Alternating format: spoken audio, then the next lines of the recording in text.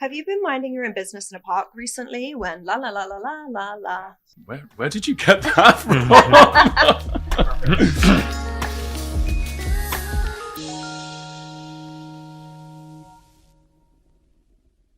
Have you been minding your own business in a park recently when a swarm of runners pass you by? Or perhaps you've donated to a friend's quarter-life crisis in the form of a marathon fundraiser.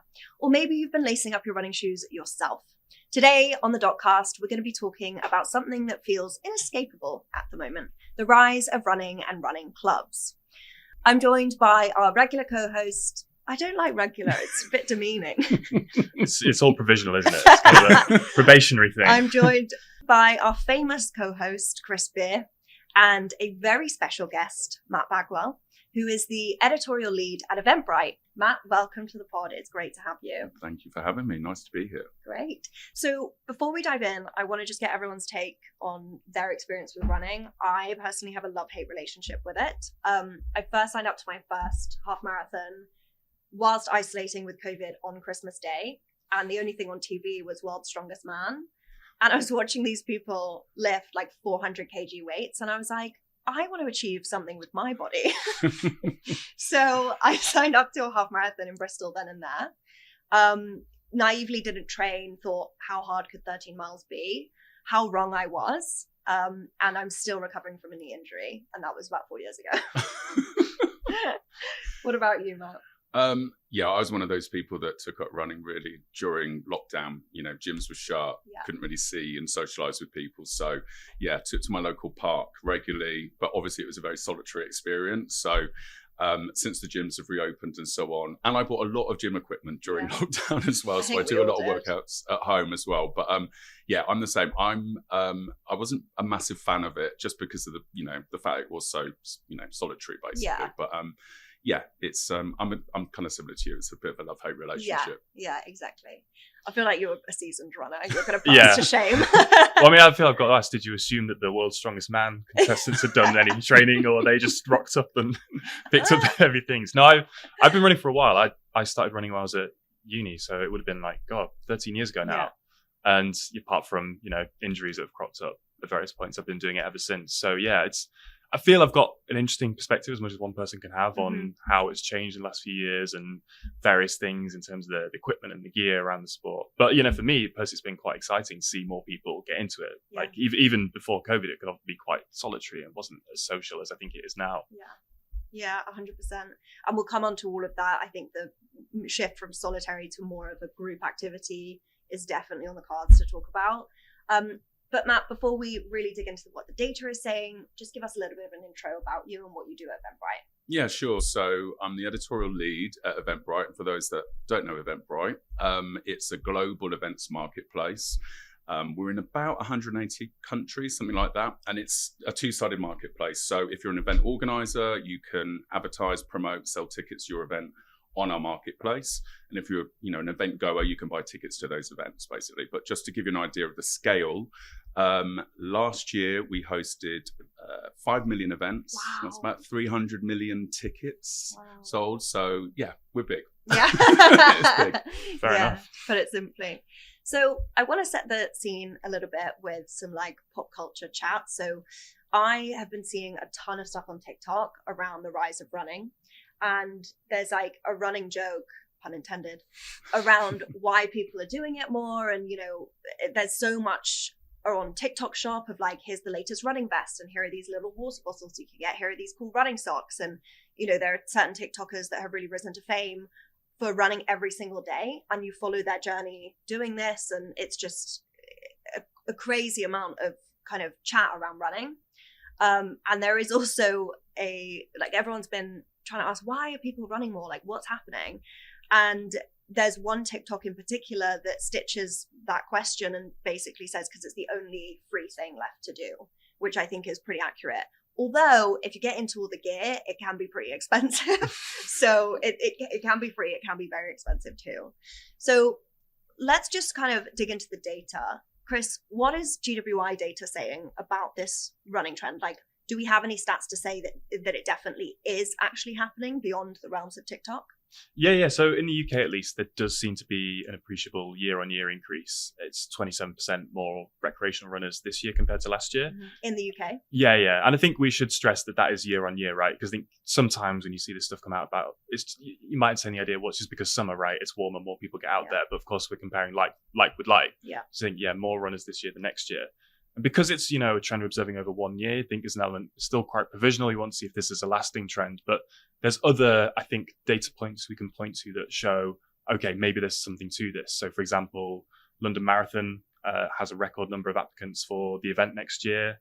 And interestingly, I think the applicants, like the gender ratio is pretty much 50-50. Be applying to the marathon, that's never really been the case. Yeah. And, has never really been the case.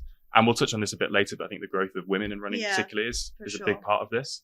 The London Marathon one is quite an interesting one because, last year I think, it's like a ratio of for every 10 people that applied, there'll be one runner. Like that's how much demand there was for places. If you go back to the mid-90s, it was like 1 in 2. It just shows how far, marathon's quite a specific thing, right? People can run at all distances. But if you look at that as a proxy metric, then there's a lot more interest in it.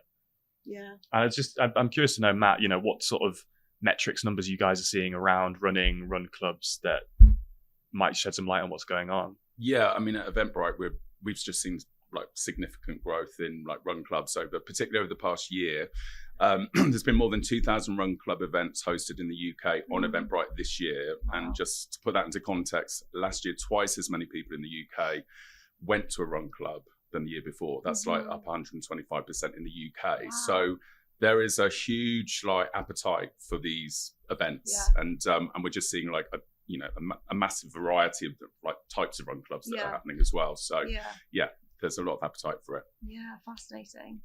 I just want to touch on some things that are happening, maybe a bit more peripheral to the core activity, but I think might help explain a bit what's going on, or maybe make the trend most likely. So I've found, I don't know if you guys are wearing one, but smartwatches. No, I never got into them. Me too. That's a really interesting trend, I think. So over the last 10 years, they've gone from a product that was owned by about 5% of people in the UK, lower, to 30%. Yeah. It's, almost a mass market product at this point. And it's quite funny, I'd been running for a while. I was quite an early adopter of these things, and they were quite bulky, quite ugly. Yeah. I remember going on a group holiday with friends where I packed the watch because I wanted to do a bit of running when I was there. And I thought, the easiest way to pack it is just to wear it. And they openly lauged at me. in the airport, I was like, why is this comically large device you've got on your wrist? How bulky was the Yeah. If you look at pictures, imagine a TV on a struggling to lift your left hand. And it didn't even work as a watch. That's the weirdest bit. It was just for fitness? Yeah, so it was literally just a blank screen because you wanted to save the battery and all these things. Oh my God. Of course, now we're in the post Apple Watch era. These devices, they're quite sleek, they're quite fashionable. And I think it's interesting to entertain the question of more people have these, does that make them more likely to get into running? Or maybe if more people are running, does that make them more likely to buy them? And another trend we see in our data I think is quite interesting is around activewear. Yeah. So these are brands like Gymshark, Lululemon. Okay, admittedly, they're maybe more rooted in your sort of gym, CrossFit, yoga type activities. But I do think, again, there's something around fashion and form of these things that might help bring more people in sport that maybe didn't consider it one for them before. Yeah, 100%. I think also I think a couple of years ago we did see quite a rise in athleisure, and that was quite a trend of the yummy mummy look of gym leggings and Tala tops was an outfit, right? It wasn't a functional piece of kit for a gym session. It was almost like a bit of a status symbol of I dress like this because I'm really fit and healthy and super cool and trendy. You mentioned the rise of Gymshark. I think that's a really fascinating example because that's a brand that's taken off so strongly. They now have 2 physical retail stores in London. And I guess that kind of speaks to the growth of that industry. Hoka as well have developed such a rep for being, one of the perfect running shoes. And I bought a pair of Hokas and honestly felt like I was running on air. It was the most cushiony run I've ever had. I think it's interesting as well, a lot of the sort of online retailers and the high street, a few years ago, they didn't do any activewear at all. And now, they've made it really affordable for pretty much anyone to get into it. You don't need a lot of kit, but certainly that move away from the more expensive, well-known brands that really, really kind of, monopolize that kind of some section of sportswear, I guess. We've now got likes of ASOS and Boohoo exactly. doing stuff at a much lower cost. So it's making it more available for everyone. Yeah, 100%. What ASOS is A305 or something. They've got that. I don't know if I'm quoting that wrong, but they do have that. They've also released like a whole range of like ski wear outfits as well. Yeah, like they I just think like exercise gear is just becoming way more ubiquitous. It's just part and parcel of your brand now. Yeah. One thing to talk about as well is I just want to zoom out slightly, because we all reference that, bar you, but mine and Matt's, because you're a seasoned professional, mine and Matt's experience with running perhaps maybe started in lockdown or really bloomed in lockdown.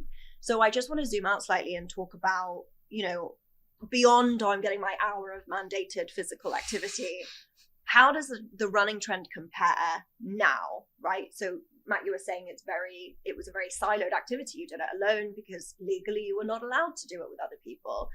But, does our data show anything around the fact that, it's still climbing, ignoring that anomaly? Yeah, so it's a really interesting question, because if we look back over our historic data, then the peak in terms of sheer numbers of people running in the UK is during lockdown. It's pretty much what we'd expect. If you look at the Active Live survey, which is the big authoritative study on people's exercise, cycling, running habits, like it tells a similar story.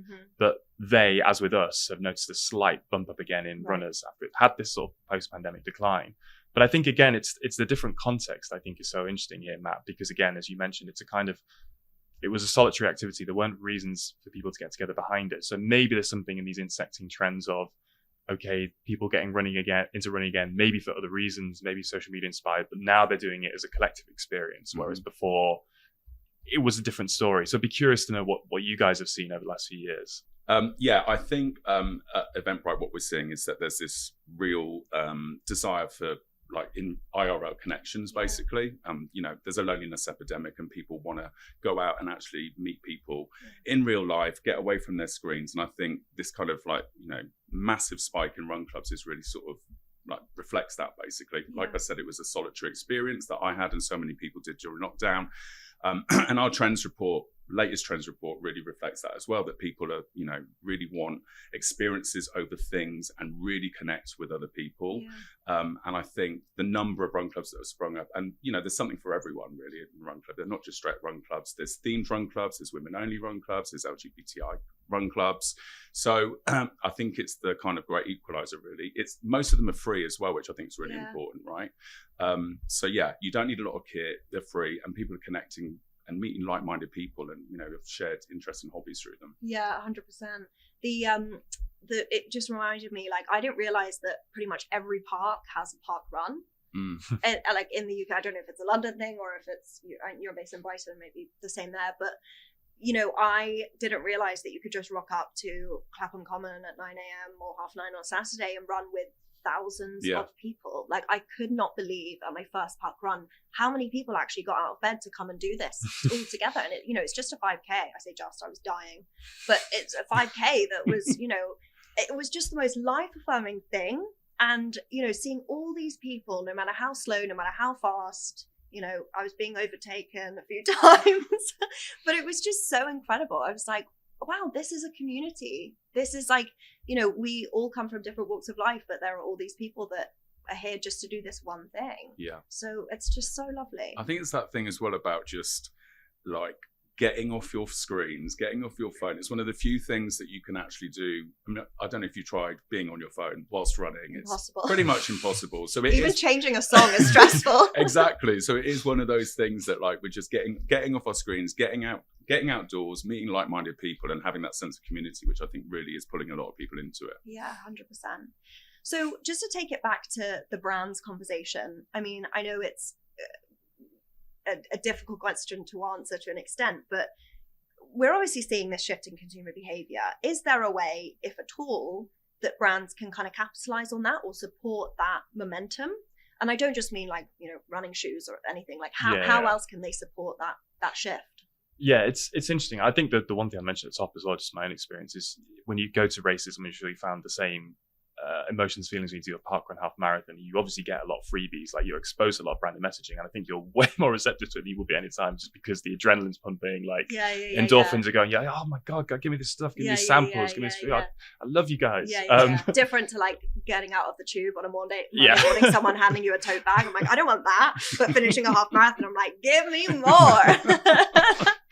But I think you made a point earlier. I think you were saying running is both a free activity that anyone can get into, but also if you want to spend the money on activewear, go to Clapham Common and you want to be like, oh wow, that she's wearing the Tala or whatever. Like you have freedom to do so. So, and this is the interesting thing that you see with our data is, we can track different audiences and where they're coming to activity. So that's probably how I'd answer this kind of partnerships, brand involvement question, as I'd say, well, these are the groups of consumers who are getting into running most, where they're doing it more, the trend is increasing most. And you can tease out some opportunities from that. So a big one is price conscious consumers, as you said.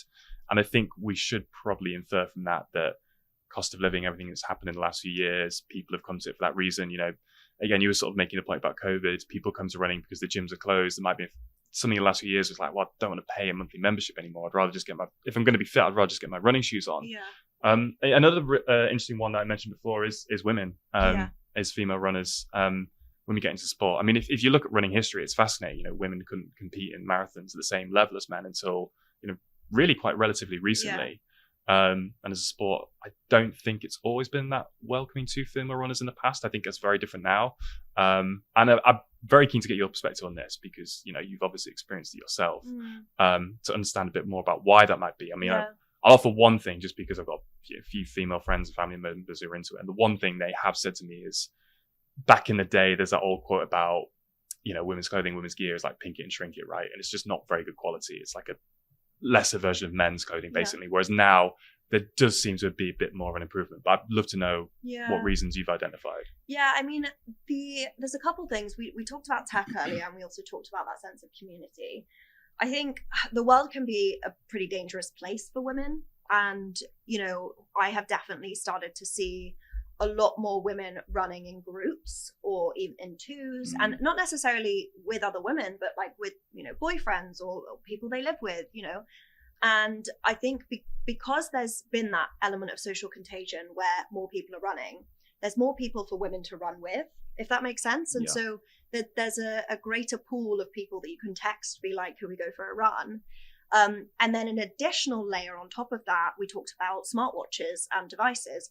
I have all my friends on Find My Friends. I have my family on Life 360. So there's a bit of a safety blanket that tech has given us, in the sense that, I personally wouldn't feel comfortable going for a solo run in the evening when it's dark through a park that wasn't well lit. And these are things that women like default think about, that, having that extra layer of safety of, oh, well, actually my flatmate knows exactly where I am. I don't need to tell her. And my family can literally track me where I'm going. And I think that the rise of tech and the social contagion, that sense of community that you spoke to as well, is really, really playing a part in the rise of women running.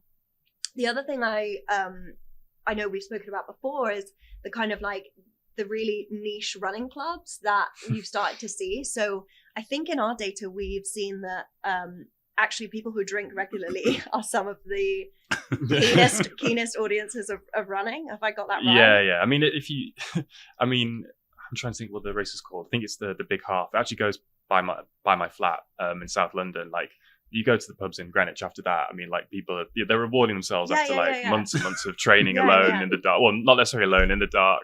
Whatever, like, they're going to cut loose afterwards. So it's a kind of mix of vice and virtue of that. Exactly. But I'm fascinated to know more about the specific types of run clubs you've seen, because again, I think looking at our audience data, you get a sense of like, this isn't your classic, like fitness fanatic necessarily. It's really not. More walks of life than just that.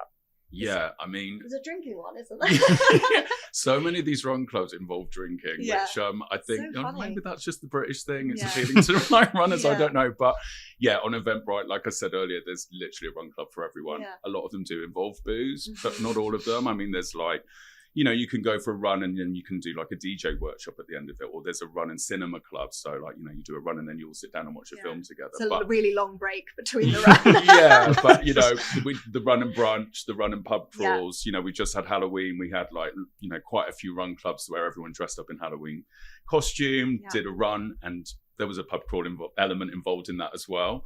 Were they trick and treating? I'm not sure, but one of the ones that really stuck out for me, like, I don't live in London anymore, but I was a South London guy when I lived here, is one that just follows the Northern Line from Tooting all the way up to Angel. And obviously you're running above ground, but you're following the Northern Line tube line. So you're getting this kind of exploration kind of. That's cool. Yeah, of London, and probably seeing things that you wouldn't normally on your daily commute, but also, incorporating a run into it as well. So there's loads of like really, really cool sort of ways of approaching it, really. Yeah, no doubt that ends at a pub in Angel. 100%. I'd need a drink if I ran all that way. That's quite far. I understand. But it's so funny because you do see people. I actually saw one person at a recent half marathon. I raised like £1,000 for Battersea Dogs and Cats, and a few days prior to the marathon, I hadn't received any like info on my race number or the time I was meant to be starting. And I emailed them, and it was the Royal Parks Half, and they were like, "We have no record of your registration." And I was like, "Sorry, what? What do you mean?" And I called up Battersea Dogs and Cats, and I was like, "Hi, like I've just raised £1,000 for you, and apparently I'm not running the marathon."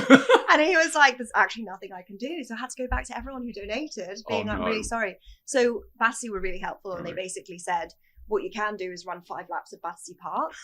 So I was like, better than nothing. How far's that? It's a half marathon. Right. And it was really sad. It was a really sad experience. So that also feeds into my love-hate relationship with running. I love running. Running doesn't love me. Like, we don't get on. So yeah, but what I was going to say is, as I arrived to this half that I did, this was last year, I think, there were people stretching whilst vaping, like getting ready to run a half marathon, and literally, puffing on their pens. Couldn't believe it. Anyway, I digress. So we spoke a little bit about the pandemic and the sense of community. And Matt, you briefly mentioned screen time. How does that compare with our data? So do we have data that shows like, okay, screen time reached a peak in COVID? And is there this sense that, people are spending more time IRL, as Matt said? Yeah. So, I mean, what we see in our data is pretty much what you'd expect. So the numbers we have around average time per day that people spent online, they peaked in 2021, and they've fluctuated a bit since then, but they're definitely down from what they were. And, I think just in sheer numerical terms, that means that time that was spent online is going to go to other places. And I think, Matt, this is where I'd be keen for you guys, as the authorities on those IRL events, the things that you've seen pick up again or emerge after, everyone's gone outside again and become more comfortable with meeting up with each other. Yeah, absolutely. On Eventbrite, we've seen like an explosion in other IRL events. Mm-hmm. Things like book clubs, for example, are up 250% since 2019, which is huge. Massive. I live in Brighton now, and I know just from going to the beach, seeing the number of people that are doing cold water swimming has just increased massively, and that's reflected in our figures. Oh, I could never. Cold water. Have you ever done that? No. Apparently it's incredible for you. It's meant to be really good. But it's meant to be very good for you. So many things are really good for you, and I choose not to do them. Exactly. But cold water events have more than trebled on Eventbrite in the last sort of 4 years. Dungeons and Dragons events have trebled since 2019. And this I find really fascinating. Dating events, IRL dating events, and not just speed dating, themed dating events are up 42% year on year. So people are all swiped out by the sounds of it, and they just want to go and actually meet those people and, potentially meet their partner of the future, like IRL. Yeah. So 42% year on year, I think that's massive. Yeah, fascinating. There's a dating app called Thursday, which you can only use on a Thursday, and they host a lot of events, and one of them is a run club. But the idea of like arriving to meet potential bachelors all sweaty, that's not how I want to, I'm not putting my best foot forward.